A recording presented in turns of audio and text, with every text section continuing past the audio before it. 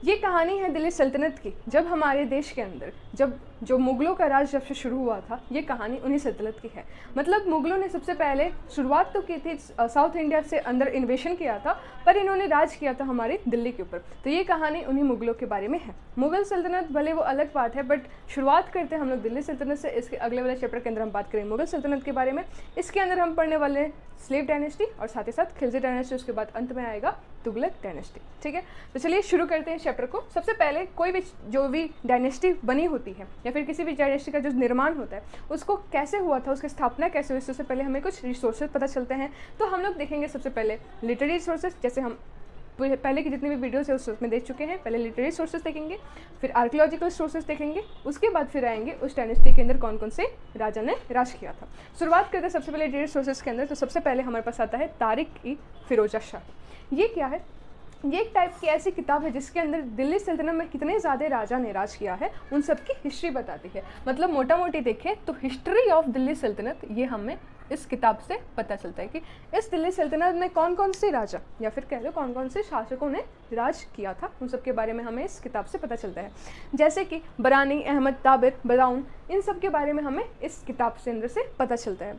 Second फिर आते हैं हमारे पास पृथ्वीराज रासो, जो कि चंद बरदाई ने लिखी है। पृथ्वीराज रासो क्यों? क्योंकि देखो जो मुग़लों से अगर देखें तो जो औरंगज़ेब हैं उन सब से किसने लड़ाई की थी? पृथ्वीराज चौहान ने लड़ाई की थी, जो कि चौहान के किंग थे। शिवाजी, इन सब छत्रपति शिवाजी, इन सब ने लड़ाई की थी। तो हमें जो उनकी किताबें हैं उनसे भी पता चलता है कि जो भाई देखो जो दिल्ली सल्तनत में जो मुग़लों ने राज किया था, जो स्लेव डायनेस्टी ने राज किया, तो खिलजी डायनेस्टी ने राज किया, तो तुगलों ने डायनेस्टी ने राज किया था, वो सब कैसे हुआ करते थे, तो हमें उनकी भी किताबों से पता चलता है। तो ये पृथ्वीराज रासो के ऊपर जो किताब है, मतलब जो पृथ्वीराज रासो ये किताब है किसके ऊपर लिखी गई है? पृथ्वीराज वन के ऊपर ये किताब लिखी गई है। इसके बारे में भी, इससे भी हमें पता चलता है कि जो दिल्ली सल्तनत थी वो कैसी थी। फिर हमारे पास जो सोर्सेस हैं वो मतलब इस किताब से हमें ये भी पता चलता है कि वहाँ पे स्वयंवर हुआ करता था उस ज़माने के अंदर। उस ज़माने में जो राजा थे, महाराजा थे, जो तुगलक थे, जो डायनेस्टी थी, जो दिल्ली सल्तनत में जो राज करते थे, वो सब उनकी सोशल लाइफ कैसी थी, वो किस नेचर के थे, उनका वो स्लेव रखते थे कि नहीं रखते थे, स्लेव डायनेस्टी नाम क्यों पड़ी, इन सब के बारे में इन सब किताबों से हमें पता चलता है। ठीक है, इसके अंदर हमें ये भी पता चला जो first and second battle of Tarain है, हमें इसके बारे में पता चलता है इस किताब के अंदर से। फिर हमारे पास आएंगे आर्कियोलॉजिकल रिसोर्सेज, जैसे कि कॉपर के प्लेट्स जिसके ऊपर हमें इंस्क्रिप्शंस मिले थे, किस लैंग्वेज में? अरबिक और संस्कृत, दोनों लैंग्वेजेस के अंदर भी इंस्क्रिप्शंस मिलती थी। क्यों संस्कृत में मिलती थी? अरबिक तो समझ में आ रहा है, ये सब कहाँ से आए थे? इस्लाम वाले इलाके से आए थे, मतलब सॉरी इराक वाले इलाके से आए थे। लेकिन संस्कृत में क्यों मिलती थी? क्यों? क्योंकि आपको अगर पता होगा, अगर आपको याद होगा, तो जब चोला एम्पायर चल रहा था उससे पहले सारे उस ज़माने में क्या था? संस्कृत ही बोला जाता था पूरे भारतवर्ष में। तो उस समय के हिसाब से भी यहाँ पर संस्कृत में भी और साथ ही साथ अरबिक में भी क्या किया इन लोगों ने, जो कॉइन्स थे उसके ऊपर इन्होंने इंस्क्रिप्शंस लिखना शुरू की थी।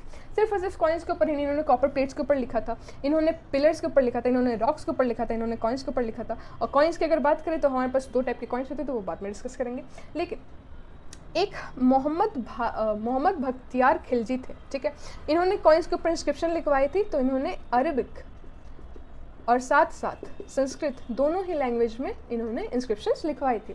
फिर हमें कुतुब मीनार मिलता है देखने को, एक बहुत अच्छा आर्किटेक्चर। साथ ही बस कुतुब मीनार ही नहीं, आगे लेक्चर्स में आप पढ़ोगे कि और भी सारे बहुत ज़्यादा, जैसे कि जमा मस्जिद हुआ, फिर हमारे पास ताजमहल हुआ, ये सारी चीज़ें, रेड फोर्ट हुआ, ये सारी चीज़ें क्या हैं?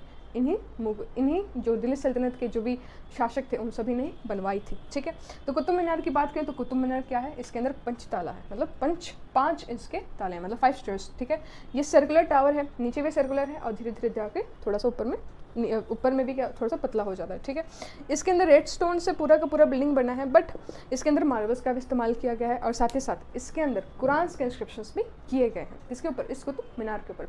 तो ये थी आर्कियोलॉजिकल, साथ ही साथ लिटरेचर रिसोर्सेज। आगे बढ़ते हैं कि अब देखते हैं यहाँ पे शासक कौन कौन से थे। तो सबसे पहले आते हैं हमारे पास स्लेव डायनेस्टी 712 AD के अंदर। अब सवाल ये उठता है कि इनको स्लेव क्यों कहा जाता था? क्योंकि देखो शुरुआत इनकी हुई थी मोहम्मद बिन कासिम से, मतलब दो लोग थे, पहले मोहम्मद किन, ठीक है। तो सबसे पहले यहाँ पे 2 शासक थे, पहले मोहम्मद गाजनवी और फिर मोहम्मद घोरी। तो इन ये जो थे यही सबसे पहले इन्वेशन किए थे इंडिया के अंदर। अब इनके बहुत ज़्यादा स्लेव्स हुआ करते थे, ठीक है, सभी राजा के क्या होते बहुत ज़्यादा स्लेव्स हुआ करते थे। तो इनके जो स्लेव्स थे, इनके जाने के बाद इनके जो स्लेव्स थे उन्होंने ही राज किया था इस पूरी दिल्ली सल्तनत के ऊपर, इसलिए हम क्या कहते हैं, स्लेव डायनेस्टी कहते हैं। इनके कौन कौन से स्लेव है उनके ऊपर आएंगे, पर ये जो टॉपिक है, ये जो मुद्दा है वो क्लियर करो कि स्लेव डायनेस्टी क्यों कहते हैं। क्योंकि कुछ राजा थे, उनके स्लेव्स थे, वो जो स्लेव्स थे वो बहुत ज़्यादा नोबल थे, जिनके ऊपर राजा को बहुत ज़्यादा विश्वास था, और वो कुछ ऐसे स्लेव्स थे जिनको राजा के मतलब जिन के ऊपर जो राजा को इतना विश्वास था कि उन्होंने अपनी बेटी की शादी भी करवा दी थी उस स्लेव से। मतलब उन जैसे मान लो एक स्लेव मतलब एक राजा है, ठीक है, इनके टाइप में क्या था, एक राजा था, ठीक है। अब राजा ने देखा कि ये जो स्लेव है बहुत ज़्यादा ईमानदार है, तो मैंने इसके नाम कुछ राज्य सौंप दिए कि चलो ठीक है तुम इस जगह को हैंडल करो। अब वो इस जगह को हैंडल कर रहा है, तो अब देखा कि अब देखो वो भी बहुत ज़्यादा बढ़ रहा है। राजा ने देखा अब इसकी बेटी कुंवारी है, तो बेटी बोले कि ठीक है तुम हमारी शादी हम इसके साथ करवा देते, मतलब निगाह इसके साथ करवा देते हैं। तो वैसे ही जब अभी ये जो राजा था जिसने अपनी बेटी उसको सौंप दी, अब ये मर जाएगा तो उसके बाद उसका जो दामाद है वही संभालेगा, अब वो मर जाएगा तो उसका दामाद संभालेगा। तो इसीलिए उनके जो स्लेव्स थे वही संभालते थे इस पूरी डायनेस्टी को, इसलिए इस डायनेस्टी का क्या नाम पड़ गया, स्लेव डायनेस्टी। सबसे पहले जो आते हैं हमारे पास आते हैं वो है कुतुबुद्दीन ऐबक। कुतुबुद्दीन ऐबक को कहते हैं कि यही सबसे पहले रियल फाउंडर थे इस टर्किश एम्पायर का, इस दिल्ली सल्तनत का, ठीक है, जो कि सबसे पहले अंदर घुसवा के उसके बाद अच्छे खासे तरीके में रखे थे। पर इनका हुआ ये था कि इन्होंने सिर्फ और सिर्फ 4 साल ही राज किया। देखो 1206 से लेकर 1210 तक ही किया, क्योंकि बोला जाता है कि 1210 में ये एक गेम खेलते खेलते, पोलो गेम खेलते खेलते, पोलो गेम में क्या होता है, घोड़े के ऊपर बैठकर हम लोग खेलते हैं, तो वो गेम खेलते खेलते ये गिर के मर गए थे। तो इस वजह से ये जो इल्तुतमिश इनको कहा जाता है कि यही असली राष्ट्र, मतलब इन्होंने तो बुनियाद रख दी, लेकिन उन्होंने थोड़ा सा और ऊपर किया, लेकिन बहुत अच्छे से वो राज नहीं कर पाए क्योंकि बहुत जल्दी इनकी मृत्यु हो गई। इसके बाद जो इल्तुतमिश आए, इन्होंने पूरे अच्छे से राज किया, बहुत लंबे सालों तक इन्होंने बहुत ज़्यादा इस एम्पायर को बहुत ज़्यादा ग्लोरीफाई करवा दिया, ठीक है। कुतुबुद्दीन ऐबक क्या थे, फर्स्ट रूलर थे। साथ ही साथ इनको बोला जाता है कि ये फाउंडर थे टर्किश एम्पायर के, इस टर्किश एम्पायर के ये क्या थे, फाउंडर थे। जाहिर सी बात है आपको दिख रहा होगा। और ये साथ ही साथ स्लेव भी थे, ठीक है। किसके स्लेव थे भाई, तो मोहम्मद घोरी के स्लेव थे इनके मोहम्मद घोरी के स्लेव जो थे वो कौन थे, कुतुबुद्दीन ऐबक। और कुतुबुद्दीन ऐबक के स्लेव कौन थे, इल्तुतमिश थे, ठीक है। तो यही होती है स्लेव डायनेस्टी के अंदर। और भी सारे हैं जिनके बारे में आप थोड़ी देर में बात करोगे।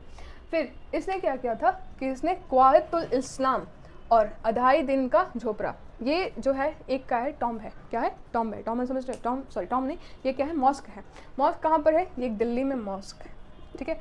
और ये अढ़ाई दिन का झोपड़ा ये कहाँ पर है, अजमेर में एक मॉस्क है। तो मतलब इसने अपने पूरे अंतरकाल में सिर्फ नहीं, इसने अपने पूरे अंतरकाल में 2 मॉस्क बनाए, पहला एक दिल्ली में और दूसरा अजमेर में। इसके डेथ के बाद कौन आया, इसका स्लेव जिसकी बेटी के साथ इसने भी शादी करवा दी थी अपनी बेटी की, इसका नाम था इल्तुतमिश। ये था असली फाउंडर इस पूरी सल्तनत का। इस पूरी सल्तनत का असली फाउंडर अगर कोई पूछे कि who was the real founder of Delhi सल्तनत, दैट वाज इल्तुतमिश, ठीक है। इसने कुतुब मीनार जिसका काम शुरू करवाया था कुतुबुद्दीन ऐबक ने, इसको कंप्लीट करवाया, जो कि आज दिल्ली में आपको देखने को मिलता है, ठीक है। इसे कंप्लीट करवाया था इसने। बहुत ज़्यादा राजपूत को बहुत ज़्यादा डिफीट किया था। इस जैसे कि अगर आप धीरे धीरे ऑल लेटर वीडियो में पढ़ोगे तो आपको पता चलेगा कि एक ऐसा राजा आया जिसका राजपूतों के साथ बहुत अच्छा रिलेशन था, लेकिन वहीं ये था जिसने राजपूतों को बहुत ज़्यादा हराया, क्योंकि इनका मोटिव क्या था, पूरे भारत के ऊपर कब्जा करने का, ठीक है। फिर इन्होंने कॉइन्स को रचा, सिल्वर जो कॉइन्स होते हैं उनको इन्होंने नाम दिया था सिल्वर, और जो कॉपर की जो कॉइन्स थी इसका नाम दिया जितल, ठीक है। मैं एक बार देख लूँ, हाँ, कॉपर वाली कॉइन्स को क्या नाम दिया इन्होंने, जितल, और जो सिल्वर की कॉइन्स थी इसका नाम दिया टनका। इसने प्रोटेक्ट किया अपने राज्य को, अपने साम्राज्य को, अपने जो दिल्ली सल्तनत जितना भी बढ़ा रखा था उसको इसने बताया चंगेज़ खान से। चंगेज़ खान एक बहुत फेमस राजा कह लो या फिर जो भी कह लो, वो हर जगह घुसता था, हर जगह चाहता था कि वो पूरा पूरा अर्थ इसका हो जाए। तो हुआ ये था, इसकी कहानी है कि चंगेज़ खान का एक दुश्मन था, ठीक है, जो कि भागते भागते चंगेज़ खान से छुपते छुपते इंडिया के अंदर आकर घुसना चाहता था। तो उस वक्त इल्तुतमिश ने क्या किया, उसको अपने मतलब इंडिया के अंदर घुसने नहीं दिया, क्योंकि अगर इसने इंडिया के अंदर उस दुश्मन को, चंगेज़ खान के दुश्मन को घुसने दिया होता तो जाहिर सी बात थी इंडिया के ऊपर भी अटैक करता कौन, चंगेज़ खान करता, तो फिर इंडिया वैसे ही नीचे था, मतलब नीचे हो जाता इनके शासक के अंदर, और फिर इसका जो असली राजा कौन हो जाता इंडिया का, चंगेज़ खान। ये इल्तुतमिश या फिर दिल्ली सल्तनत जैसी कोई चीज़ एग्जिस्ट ही नहीं करती, तो उसने उसे घुसने ही नहीं दिया, जिस वजह से क्या हुआ, वो बाहर चला गया और फिर चंगेज़ खान जो था उनसे बहुत ज़्यादा इंप्रेस हो गया कि अच्छा ठीक है, कि मतलब तुमने मेरे दुश्मन को अपने घर में ठिकाना नहीं दिया, रहने को जगह नहीं दिया, तो मैं तुम्हारे इंडिया को कभी भी छेड़ूंगा नहीं। ये पहली थ्योरी कहती है। दूसरी थ्योरी ये कहती है कि देखो हुआ ये था कि जब चंगेज़ खान अफगानिस्तान वाले इलाके से घुसना चाहता था तो बीच में पड़ती है एक सिंध नदी, ठीक है, आपको पता होगा इंडस रिवर पड़ती है, ठीक है, इस वजह से इंडिया का नाम क्या पड़ा था, इंडिया, ठीक है। तो कहा जाता है कि चंगेज़ खान कभी इंडस रिवर को पार ही नहीं कर पाया, इसके पास इतनी बड़ी सेना नहीं थी। और दूसरी थ्योरी ये कहती है कि उसने अपने मतलब इल्तुतमिश ने उसके जो दुश्मन है उसको कभी घुसने ही नहीं दिया इंडिया के अंदर, इस वजह से चंगेज़ खान ने इसके ऊपर अटैक नहीं किया कि ठीक है तुमने मेरे दुश्मन को रहने के लिए जगह नहीं दी, इसलिए मैं तुम्हारे इंडिया के ऊपर अटैक नहीं करूँगा। अब दो थ्योरी जिसको जो माने वो मान सकता है, ठीक है। सो ये थी इल्तुतमिश की कहानी। आगे बढ़ते हैं, रजिया सुल्ताना के बारे में पढ़ते हैं। ये कहानी है रज़िया सुल्तान के बारे में। रज़िया सुल्तान पहली ऐसी वुमन थी जिन्होंने दिल्ली के ऊपर राज किया था मुस्लिम होने के बावजूद। ये कौन थी? ये डॉटर थी इस इल्तुतमिश की। इल्तुतमिश की कहानी हमने कुछ देर पहले देखी, उन्हीं की ये डॉटर थी। इल्तुतमिश के बारे में मैंने कुछ पॉइंट छोड़ दी। इन्होंने 1211 से लेकर मतलब 1211 से लेकर 1236 तक इसने राज किया था। इसके डेथ के बाद रज़िया सुल्तान, क्योंकि इसका कोई लड़का नहीं था, तो क्या किया, रज़िया सुल्तान ने मोर्चा संभाला था, ठीक है। पर हुआ ये कि किसी भी लड़की को कोई भी आगे बढ़ने देता नहीं है, तो इसके खुद मतलब इनके जो खुद ही जो क्या बोलते हैं, जो राज्य के अंदर जितने भी लोग रहते थे उन्हें ये मंजूर नहीं था कि हम किसी एक औरत के आगे गुलामी करें।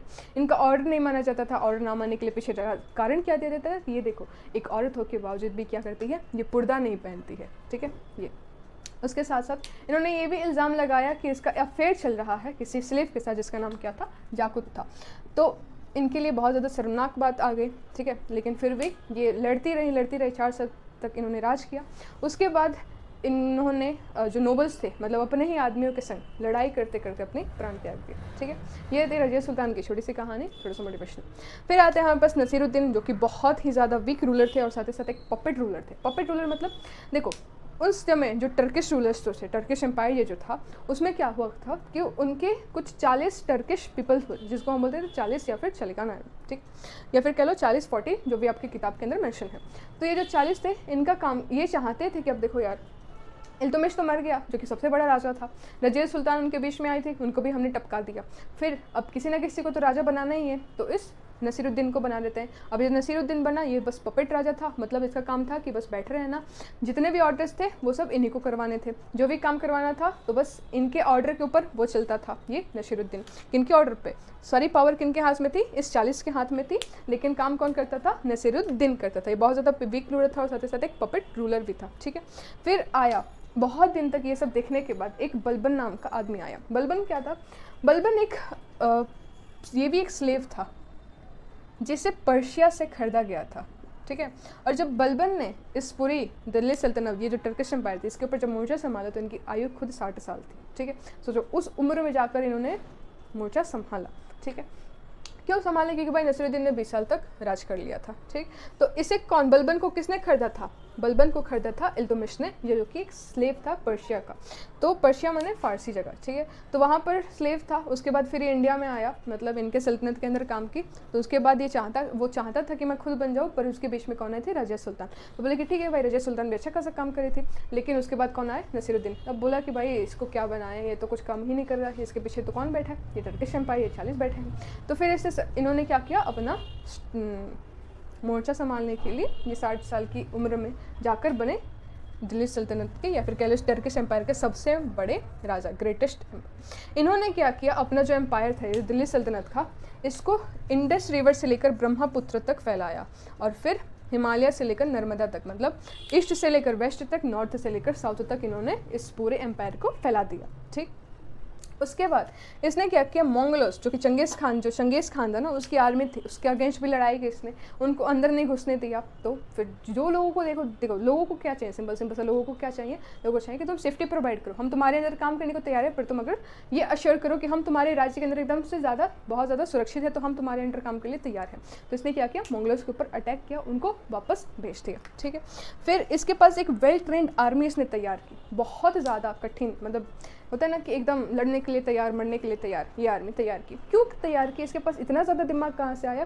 क्योंकि एक स्लेव था पर्शिया का, तो मतलब उसने वहाँ पे जाकर देखा कि अच्छा ठीक है, ईरान इराक के अंदर लोग ऐसे रहते हैं, ऐसे किसी राजा को शासक करना चाहिए, ऐसे किसी राजा को अपना देश चलाना चाहिए। तो वहाँ से सीख कर उसने इंडिया में अपनी दिल्ली सल्तनत के ऊपर अप्लाई किया, और अप्लाई करने का नतीजा आप देख सकते हो, इसने नर्मदा से लेकर ब्रह्मपुत्र तक और साथ ही साथ हिमालय से लेकर इंडस से लेकर ब्रह्मपुत्र तक और हिमालय से लेकर नर्मदा तक इसने अपनी एम्पायर को फैला दिया। ठीक है, फिर इसने टर्किश रूलर, ये जो 40 थे, इन 40 के ऊपर इसने बहुत ज़्यादा कंट्रोल कर लिया। बोला कि देखो भाई, तुम लोगों को जो राज करना था उसे वो तुम लोगों ने नसीरुद्दीन के अंदर कर लिया, अब बारी मेरी है, मेरे राज्य में जो होगा वो मैं ही बोलूँगा, मैं ही तय करूँगा कि क्या करना है, क्या सही है, क्या गलत है, मैं ही करूँगा। फिर इसने एक और पॉलिसी लाई थी जो कि इसने पर्शिया में सीखा था, वो था सिजदा का। सिजदा मतलब जब भी तुम एम्पायर के अंदर आओ, जहाँ पे तुम्हारा जो राजा बैठा है वहाँ पे तुम नील डाउन हो जाओ और फिर राजा को ग्राउंड है उसको चूमो और फिर हाथ भी किस विस करो, ये इनका रूल था। इसने इस रूल को किसने इंट्रोड्यूस करवाया था? इस बलबन ने ही इंट्रोड्यूस करवाया था। फिर आते हैं हमारे पास, इसको मार देने के बाद हमारे पास आई थी खिलजी डायनेस्टी। ठीक है, खिलजी डायनेस्टी का जो मेन एम्पायर था वो एक, अगर आपने पद्मावत जो मूवी है वो देखी होगी तो अलाउद्दीन खिलजी नाम सुनते आपके मन के अंदर रणवीर सिंह आता होगा। तो आप बस उसकी जो स्टोरी है उससे याद रखो। आपने देखा होगा कि सबसे पहले अलाउद्दीन जो खिलजी है, जो मतलब रणवीर सिंह है, वो उस मूवी के अंदर कैसे एक ऑस्ट्रिच के ऊपर आता है और जब वो आता है तो उसके आगे एक बूढ़ा सा आदमी बैठा रहता है। वो जो होता है वही असली रूलर होता है, वही असली फाइंडर होता है इस खिलजी डायनेस्टी का। लेकिन उसको मरवा देता है, जबकि ये उसका ससुर होता है। ठीक है, फिर भी उसको मरवा देता है। उसके बाद ये अलाउद्दीन खिलजी सबसे बड़ा रूलर बना था इस खिलजी डायनेस्टी का। ठीक है, ये क्या था? एक ग्रेटेस्ट रूलर था। इसकी जो मिलिट्री कमांडर था ना, ये क्या था? खुद में एक बहुत बड़ा सा मिलिट्री कमांडर था। और अगर आपको याद होगा, मैंने मौर्यन एम्पायर के अंदर बताया था कि 3 लोगों को हमने ग्रेट बोला है। पहला अलेक्जेंडर द ग्रेट, फिर अशोका द ग्रेट, फिर Akbar the great. Akbar the great की कहानी इसके अगले वाले वीडियो के अंदर मिलने वाली है। लेकिन अशोका द ग्रेट और अलेक्जेंडर द ग्रेट को ग्रेट क्यों बोला गया उसके बारे में तो आपको पता होगा। अलेक्जेंडर द ग्रेट को ग्रेट क्यों बोला गया था? क्योंकि इनके पास बहुत ज़्यादा अच्छी एक मिलिट्री पावर थी और ये इसके पास भी क्या था? एक वेल ट्रेंड मिलिट्री था। तो हम लोगों ने इसे क्या किया? कंपेयर करवा दिया अलेक्जेंडर द ग्रेट के साथ। ठीक है, फिर इसने 1906 से लेकर 1296 से लेकर 1316 तक इसने राज किया था अपनी खिलजी डायनेस्टी, मतलब अपने दिल्ली सल्तनत को काम किया था। इसने गुजरात, चित्तौड़, मालवा जैसे इलाकों को हराया था। चित्तौड़ आपको याद होगा, ये वही जगह है जहाँ पर रानी पद्मावत थी। ठीक है, फिर इसका एक स्लेव था। ठीक है, इसको नाम दिया था मालिक कफूर, जिसके अंडर मतलब बोला था कि देखो तुम जो है तुम साउथ वाला इलाका समझा लो, मेरे को नॉर्थ संभालने दो। ठीक है, ये अलाउद्दीन खिलजी ने बोला था। और मालिक कफूर भाई साहब ये बहुत भयंकर आदमी था। मालिक कफूर की कहानी आपने जब हमने चोला वाला चैप्टर देखा था तो वहाँ पे साउथ में इन्वेशन इसी ने करवाया था, याद होगा। सबसे लास्ट एम्पायर जो थे वो राजा को इसी ने मारा था, मालिक कफूर ने। ठीक है, और साथ ही साथ मालिक कफूर ने क्या किया? यादवों की जो देवगिरी थी उसको भी कब्जा कर लिया था। फिर वारगल का जो काकटियाज था उसको भी इसने कब्जा कर लिया था और साथ ही साथ द्वार समुंदर को भी इसने कब्जा कर लिया था। मतलब साउथ के जितने भी इलाके थे उन सब के ऊपर इसने कब्जा कर लिया था। ठीक है, और वहाँ पे कब्जा करने का मतलब क्या? वहाँ का राजा नहीं बना था, वरना तो हो जाता है एक सरकार के अंदर 2-2 राजा, ऐसा नहीं। इसने क्या किया? वो उस सारे जगहों को जाकर लूटा था और लूट के सारा धन दौलत लाकर अलाउद्दीन खिलजी को समेट दिया था। बोले कि जी हजूर लीजिए, मतलब सारा ज्वेलरी जितना भी सोना, जवाहरात, कॉइन्स, अनाज वनाज, जितने भी सारी चीज़ें थे वो सब इसने लूट कर अपने राजा को दे दिया। उसके ऊपर कभी भी राज नहीं किया था, बस प्लंडर करके छोड़ दिया था अपने राज्य को। ठीक है, अब ये जो खिलजी डायनेस्टी थी इसके बारे में उतना लिखा नहीं गया, लेकिन जो खिलजी डायनेस्टी है इसके अंदर कुछ एडमिनिस्ट्रेशन के कुछ नियम्स थे।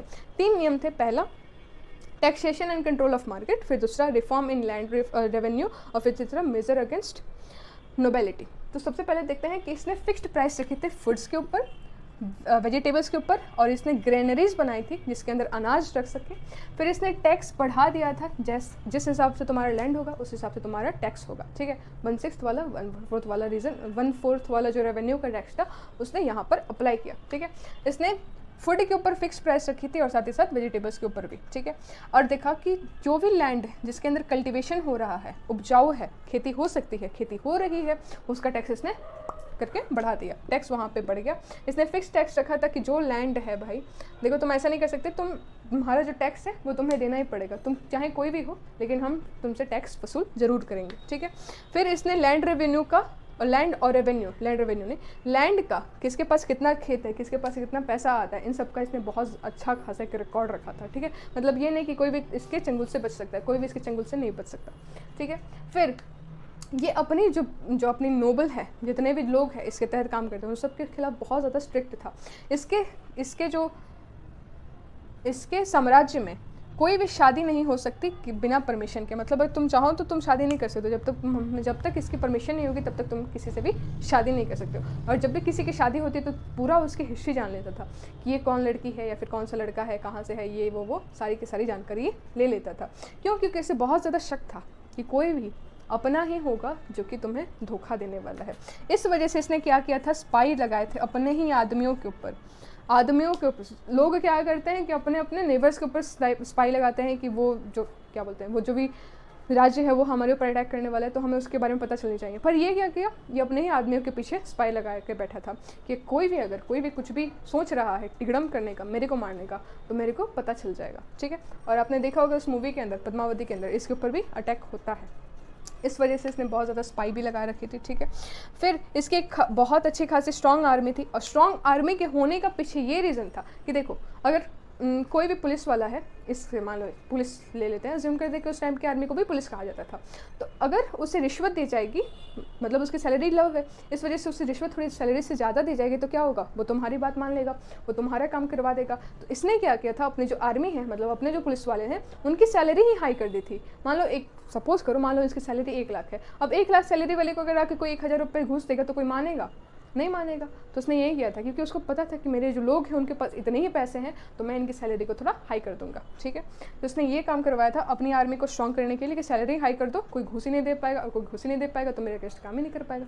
ठीक है, फिर इसके राज्य में गैम्बलिंग नहीं खेली जाती थी। गैम्बलिंग माने जुआ, पैसे किसी और चीज़ पे बर्बाद नहीं किए जाते थे। ये थी खिलजी डायनेस्टी, छोटी सी डायनेस्टी, खत्म हो चुकी है आपकी किताब के हिसाब से। हालांकि ये डायनेस्टी काफ़ी बड़ी थी, काफ़ी भी नहीं लेकिन फिर भी बड़ी थी। आगे देखते हैं नेक्स्ट जनरेशन के बारे में, जो कि है तुगलक डायनेस्टी। देखो, तो चलिए चैप्टर के अंतिम पड़ाव तक पहुंचते हैं। यहाँ पे हम डिस्कस करेंगे तुगलक डायनेस्टी, उसके बाद उनकी एडमिनिस्ट्रेशन और इनका दी एंड कैसे हुआ। सबसे पहले बात करते हैं तुगलक डायनेस्टी के जो फाउंडर थे, उनका नाम था गाजी मलिक। ठीक है, गाजी मलिक ने बस 5 साल शासक किया था। उसके बाद आए थे मोहम्मद बिन तुगलक, जिन्होंने 1325 से लेकर 1351 तक राज किया था। इन्हें कहा जाता है वाइजेस्ट फुल क्यों कहा जाता है, क्योंकि ये बहुत बड़े पढ़े लिखे आदमी थे, ये स्कॉलर थे, ये मैथमेटिशियंस थे, लेकिन इनका टाइम ही खराब चल रहा था। ऐसा समझो, इनका टाइम ही खराब चल रहा था। इन्होंने क्या किया, इन्होंने डोब के ऊपर टैक्स लगा दिया। डोब क्या है, ये एक ऐसा प्लेस है जो कि गंगा रिवर और यमुना रिवर के बीच के जो भी लैंड आते हैं, जहाँ पे बहुत ज़्यादा कल्टीवेशन होती है, उसके ऊपर इन्होंने क्या किया, टैक्स हाई कर दिए। जाहिर सी बात है भाई, कल्टीवेशन हाई और मतलब इनकम हाई आना चाहिए, लेकिन इनका समय ही खराब चला था। इन्होंने जब टैक्स हाई किया तो उस वक्त बहुत ज़्यादा फ्लड आ चुका था, मतलब इस वजह से क्या हुआ, इनका जो एग्रीकल्चर था वो बहुत ज़्यादा डाउन हुआ। इनकम मतलब अब लोगों के पास जब खेती के लिए अनाज ही नहीं होगा तो वो टैक्स कहाँ से देने वाले हैं, तो इस वजह से लोग बहुत ज़्यादा नाराज़ हो गए, उन्होंने इनकी बात ही मानना बंद कर दी। इस वजह से क्या हुआ, जो सुल्तान थे उनका जो रेपुटेशन था वो बहुत ज़्यादा डाउन हो गया। ठीक है, फिर सेकंड में इन्होंने क्या किया, इन्होंने ट्रांसफ़र करवा दिया कैपिटल का। कैपिटल जो दिल्ली था, दिल्ली सल्तनत जिसका नाम था, उससे इन्होंने कैपिटल को ट्रांसफ़र करवा के देवगिरी कर दिया, और वहाँ पर इन्होंने दौलताबाद करके एक नया सा कैपिटल उन्होंने इस्टेब्लिश किया। लेकिन हुआ ये था कि उन्होंने पहले तो एक बार इनको ट्रांसफ़र करवाने में लोगों को बहुत ज़्यादा दिक्कत हुई। फिर क्योंकि जहाँ पे कैपिटल वहीं से ट्रेड होगा, जाहिर सी बात है, तो इसलिए लोगों को बचाना था। फिर उन्होंने क्या बोला कि नहीं यहाँ पे ठीक नहीं है, यहाँ से मैं अपनी दिल्ली, अपनी जो नॉर्दर्न पार्ट है वहाँ के हैंडल नहीं कर पा रहे हो, तो यहाँ से फिर से उन्होंने कुदा दिया, वापस से दिल्ली में ला दिया। अब इस वजह से लोग भड़क गए, अरे हम क्या चीज़ हैं जो आकर इधर से उधर से घुमाए जा रहे हो। इस वजह से लोग बहुत ज़्यादा गुस्सा हो गए, जिस फिर से जो सुल्तान थे उनकी रेपुटेशन डाउन हो गई। मतलब ट्रांसपोर्ट की वजह से क्या हुआ, बहुत ज़्यादा लोग भी मरने लगे। अब तीसरी सबसे बड़ी बेवकूफ़ी, इन्होंने क्या किया, इन्होंने पैसे को ही चेंज करवा दिया। अभी तक जो खिलजी डायनेस्टी थी उससे भी पहले आपने क्या देखा कि 2 सिक्के चलते थे, सिल्वर के, कॉपर के। सिल्वर वाले का नाम था तनका, तो इन्होंने क्या किया, कॉपर वाले बहुत कम चलते थे, सिल्वर वाले ज़्यादा चलते थे, तो इन्होंने क्या किया, बोले कि सिल्वर वाले को बैन करवा दिया, बोले कि सिल्वर चलेगा ही नहीं, अब क्या चलेगा, कॉपर। अब देखो, कॉपर होता है हर घर उपलब्ध। अब कॉपर जब हर घर में वही चीज़ मटेरियल, अब मान लो क्या इनके साथ जो हुआ, इन्होंने सिल्वर को रिप्लेस करवा के कॉपर करवा दिया। तो कॉपर के कारण क्या हुआ, अब घर पे बैठ के लोग नकली नकली सिक्के बनाने शुरू कर दिए, जिस वजह से क्या हुआ, मार्केट में असली की जगह नकली ही सिक्के बैठ गए थे, क्योंकि जहाँ देखो वहाँ नकली सिक्के, बस चाहिए क्या था, एक मोहर, वो भी कैसा टाइप का चाहिए, वो धीरे धीरे वक्त के साथ लोगों ने सीख लिया कि अच्छा इस टाइप का ही बनाना है हमें सिक्का। तो इस वजह से क्या हुआ, मार्केट पूरा का पूरा क्या हो गया, नकली सिक्कों से फ्लड हो गया, जिस वजह से गवर्नमेंट को बहुत ज़्यादा लॉस हुआ। तो फिर गवर्नमेंट ने बोला कि ठीक है भाई, तुम अपना जो कॉपर है वो वापस करो। इस वजह से जो गवर्नमेंट था उसके पास असली प्लस नकली दोनों के दोनों सिक्के चले गए, जिस वजह से फाइनेंशियल लॉस हुआ। क्या हुआ, फाइनेंशियल लॉस हुआ, ठीक है।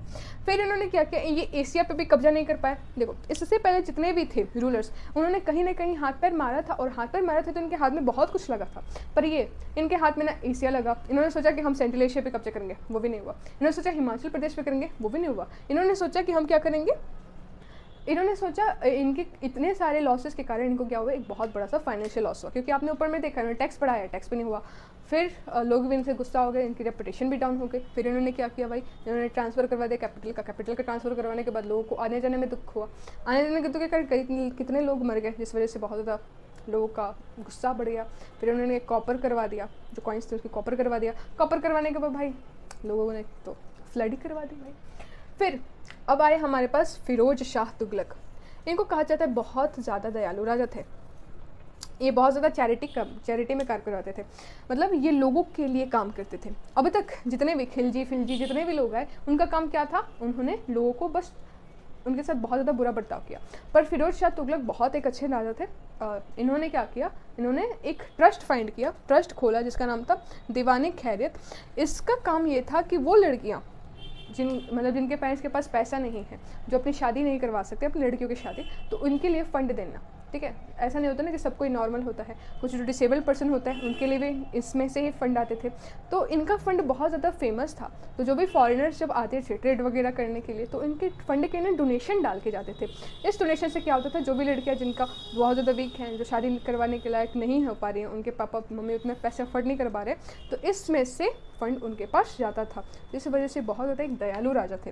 फिर इन्होंने बहुत सारी जगहों को फाइंड किया, जैसे फतेहपुर, जौनपुर, ये क्या, हिसार, फिर फिरोज़ाबाद, इन सब जगहों को इन्होंने फाउंड किया। और इनके बाद फिर सईद और लोधी, ये भी दो आए थे जिनके बारे में आपकी बुक में मेंशन ही नहीं है। तो आप बस इतना याद रखो, जो आखिरी सल्तनत था, इस दिल्ली सल्तनत का जो आखिरी राजा था, उसे बाबर ने डिफीट कर दिया था, ठीक है, जिसका नाम था लोधी, ठीक है। लास्ट सुल्तान को किसने मार दिया था, बाबर ने डिफीट करवा दिया था। इसी के साथ इनका जो डायनेस्टी था, स्लेव, खिलजी, तुगलक, ये सब स्वाहा। अब आएगा मुगल एम्परर, जो कि अगले वीडियो के अंदर मिलेगा। उससे पहले इनकी जो एडमिनिस्ट्रेशन थी उसके बारे में एक नज़र डाल लो, बहुत ज़रूरी है।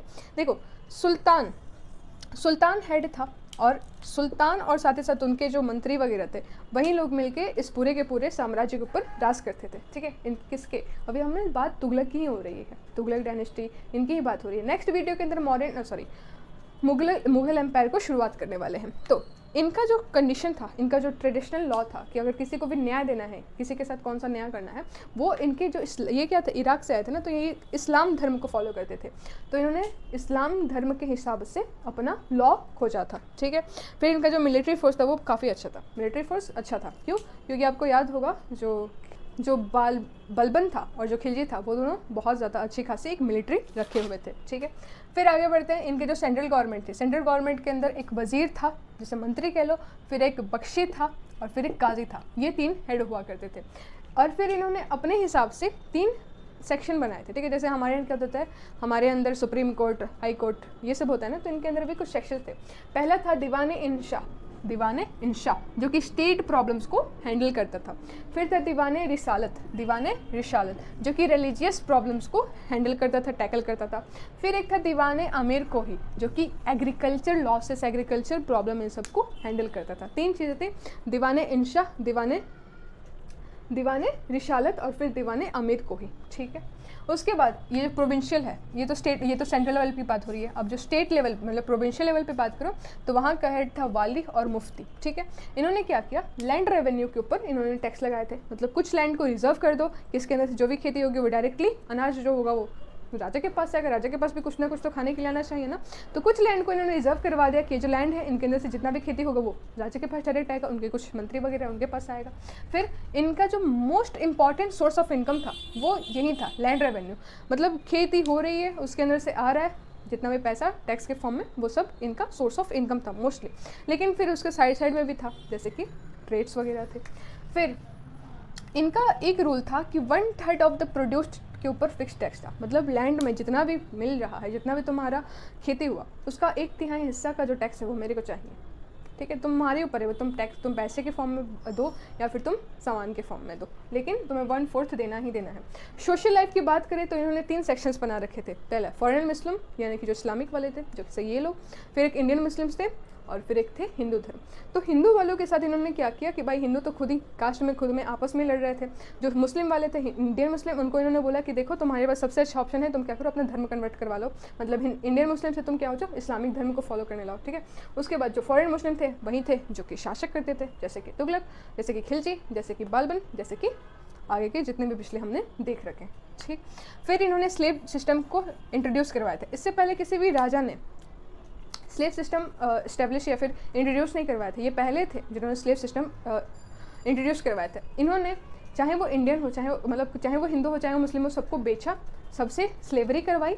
चाहे वो औरत हो, चाहे वो बच्चे हों, सबको बेचा। ठीक है, जब जरूरत पड़ती थी, जिसकी भी मांग थी, उस हिसाब से इन्होंने बेचना शुरू किया। औरतों को बेचा, लड़कों को बेचा, लड़कियों को बेचा, छोटी छोटी बच्चियों को भी बेचा। इन सब ने ये स्लेव सिस्टम इंट्रोड्यूस करवाया। वुमेन की पोजीशन की बात करें तो उस समय में इनके हिसाब से, मतलब इनके धर्म में तो वुमेन की कोई पोजीशन ही नहीं थी। ठीक है, आपने रजिया सुल्तान के साथ जो हुआ वो तो आपको पता ही है।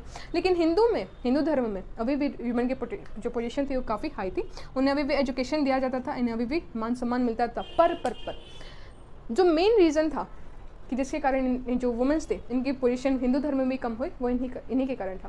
क्योंकि वो किसी को भी पकड़ के बंदी बना लेते थे और फिर उन्हें बेच देते थे, जिस वजह से लड़कियों को फिर घर से बाहर ही निकलना बंद करवा दिया, ताकि तुम घर में रहोगे तभी तो सुरक्षित रहोगे, क्योंकि बाहर जाओगे तो तुम्हारे को खा जाने वाले मॉन्स्टर्स तो बैठे ही हैं। ठीक है, जबकि सोशल लेवल्स वुमेन्स के लिए हमेशा से यही रहे थे। ठीक है, इन सब के कारण इस हिंदू मुस्लिमता में, पहले तो भाई ऐसा कुछ था ही नहीं, हिंदू कौन मुस्लिम कौन, ऐसा तो कुछ था ही नहीं। लेकिन इन सब चीज़ों के कारण, इन्हीं सब लोगों के कारण भक्ति मूवमेंट शुरू हुआ था इंडिया के अंदर, जिसके अंदर हिंदू मुस्लिम के अंदर द्वेष हुआ, बहुत ज़्यादा फाइट्स हुई, जो कि अभी भी दिखती है। तो ये हमारा जो होगा वो लास्ट चैप्टर होगा भक्ति मूवमेंट के ऊपर। ठीक है, और इससे पहले हमारे पास मुगल एम्पायर बचेगा, और फिर भक्ति मूवमेंट, उसके बाद वो 3 और चैप्टर जो कि यूरोपियन वाले हैं। सो फाइनली हम लोग हिस्ट्री का सिलेबस कंप्लीट करने वाले हैं। सिलेबस कंप्लीट हो चुका है। अगर कोई डाउट्स वगैरह होंगे तो कमेंट सेक्शन में कमेंट कर देना। नोट्स जो चाहिए होंगे उसके लिए टेलीग्राम ज्वाइन कर लेना, जो कि नीचे लिंक मिल जाएगा। ठीक है, सो बने रहिए उपाध्याय एजुकेशन के साथ। मिलते हैं अगले वीडियो के अंदर।